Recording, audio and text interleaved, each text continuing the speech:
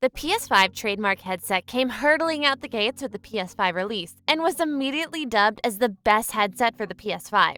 The Pulse 3D Wireless, as they called it, is supposed to be the best headset for the PS5's new 3D audio, which makes it a strong contender in the PS5 headset market. But how does it stack up against one of the best similarly priced and PS5 compatible headsets like the Razer Blackshark V2? Let's find out. First off, the initial impressions of both headsets are very different. On one hand, you have the Pulse 3D, which follows the same black and white aesthetic as the PS5 console, which is nice because it blends super nicely with your setup. Then on the Razer side of things, the Blackshark V2 follows a kind of minimalistic Razer aesthetic with a simple brushed metallic-looking black frame and a subtle green Razer logo on either side of the headset. The V2's look is not all that dissimilar to a Pilot headset in many ways. Its headband is connected to the two cups via two black metal prongs that allow the cups to swivel around. In between these prongs is a single green neon wire that sticks out and links the cups together. The padding is an all-dark fabric material with tiny hexagon shapes carved into them, which is a nice little finish. And then finally, the roof of the headband has the words Razer engraved into it. The Pulse 3Ds are even more simplistic. The headset is mostly composed of a white headband, which connects to the cups via a curvy bit at the bottom. Then the cups and the headband padding are both black to match the PS5 interior. What looks better is obviously going to be completely subjective to what you prefer, of course. But for me, I personally prefer the aesthetic of the Razer because it just comes across as a much more premium headset. That premium quality is also down to the fact that the Blackshark V2 is actually a better build quality. Not to say that the Pulse is built poorly, because it's not. Actually, it feels pretty sturdy. It's just that the V2 is built with more premium feeling materials like the fabric padding and the metal for the prongs. The V2 is also built with comfort more in mind as well, whereas the Pulse just isn't, unfortunately. Where the Pulse falls behind, the V2 succeeds hugely because with the V2 you get, well, for starters, the ear cups are oval-shaped, which is way more ergonomic for your ears. Not only that, but the fabric on the V2s allows your ears to really breathe and prevent any ear sweat. That is something the Pulse failed at miserably with its leather circular-shaped ear cups. I think if you use these, you'd find yourself having to take them off every hour just to let your ears relax a little.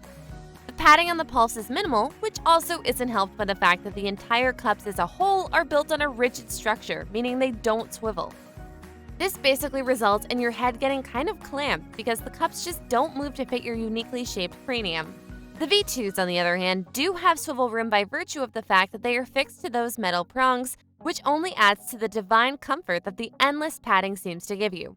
In short, the Pulses do look cool, but they really don't feel it, whereas the V2s feel like they're not even there with the amount of padding and versatility you get. In terms of functionality, the Pulses really do shine because they're obviously made for the PS5 by Sony. So if you're using it for the PS5, you get to tap into those early access features like being able to adjust the audio mix from in-game audio to party audio, all from the headset buttons. If you're using the Pulse for PC for whatever reason, then the functionality is limited. The Blackshark V2s have more universal functionality, meaning they are not specifically better on the PS5 than PC, but are good across all platforms. What you can do with the V2s is directly adjust the audio settings of the speakers and the mic within the Razer Synapse application, which the PS5 does not have. Moving over to the most important part of the headsets, the audio quality is vastly different between each headset, with the Pulse and the V2s. The Blackshark V2s had incredibly good audio. In fact, they proved to be one of the best-sounding headphones I have ever listened to, and that's because Razer uses triple-chamber drivers. This basically means that highs, mids, and lows are delivered as a more separated experience, rather than all in one big muddle of mess. The drivers can also be individually tuned to your liking in the Razer Synapse program. Even if you don't want to tune your headset, you won't really have to worry, because out of the box, this headset delivers a remarkable experience with powerful lows and richer highs. Alternatively, the Pulse 3D was, well, it's really disappointing actually, because the audio quality is just very cheap and really muddled. It notably lacks a lot of bass and over-exaggerates the highs to an annoying degree. However, where the Pulse does shine is in its 3D audio capabilities. With the Pulses, you could really pinpoint exactly where sound was coming from and make really good sense of the directions. In games like Rainbow Six Siege, where understanding noise is essential, this headset really delivers. Disappointingly though, they just lack actual audio quality. The V2s do also have 3D audio via their THX spatial audio, which in itself is really good and works great on PC. However, it is wasted on PS5 as it doesn't yet support it. Not that that really matters though, because any headset you plug into the PS5 will be 3D audio enabled, because it is actually a feature of the PS5. The V2's 3D audio was really good as well, because not only did you get to experience the actual 3D audio, but you got to experience it with the top-tier audio quality. This meant that the bassy explosions had a distance and direction, but at the same time you could clearly hear the close-by footsteps of enemies running and the sound of distant gunfire without any sort of muddling. There's also the question of the mic too. This one is very easy to break down because the Pulse has the mic built into the ear cups rather than being a pop-out mic, so the quality of the mic on that headset isn't good at all.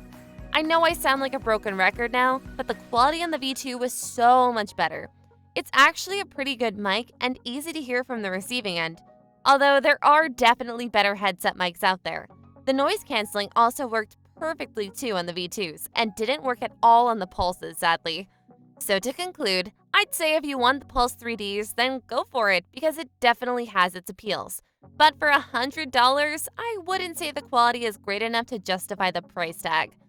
At the same price of $100, you can get the Blackshark V2, which is frankly incredible and a steal for the price. They sound better than a lot of more expensive headsets that are double the price. Anyway, what did you think? Let me know in the comments below, and don't forget to like and subscribe.